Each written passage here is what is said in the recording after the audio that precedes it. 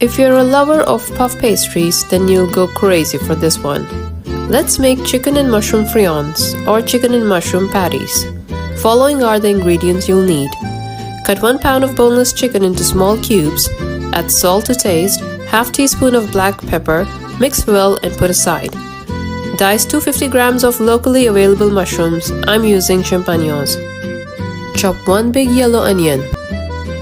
Crush 1 teaspoon of garlic. Take out 3 tablespoons of all-purpose flour, 1 cup of heavy whipping cream, and puff pastry sheets.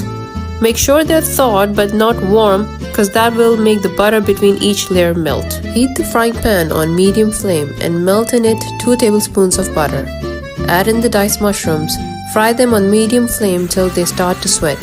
Once their water is gone, add half teaspoon of herb de Provence. Mix well and then place them aside. In the same pan, add 2 more tablespoons of butter and melt.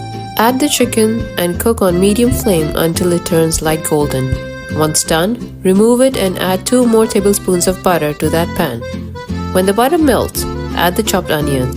Then add the minced garlic. Add to the pan half teaspoon of herb de Provence. Mix well and then add the all-purpose flour. Once it turns into a roux, add to it 1 cup of chicken broth.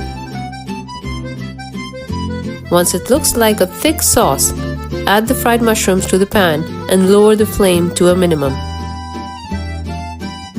Add 1 cup of heavy whipping cream and mix till it reaches a sauce consistency. Add more salt and pepper if needed. Time to assemble. Cover the baking tray with baking sheets or parchment paper. Sprinkle on them a bit of all-purpose flour. Place sheets, then sauce, cover with chicken, and then 1 more layer of sheet on top. Pinch the sides to seal the patty. Create tiny slits on top with a knife, and then complete with an egg wash.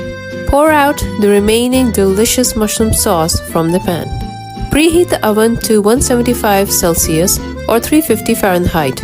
Bake for 30 minutes or until the patties have risen and turned golden brown. Once done, take them carefully out of the oven and place them on the cork board.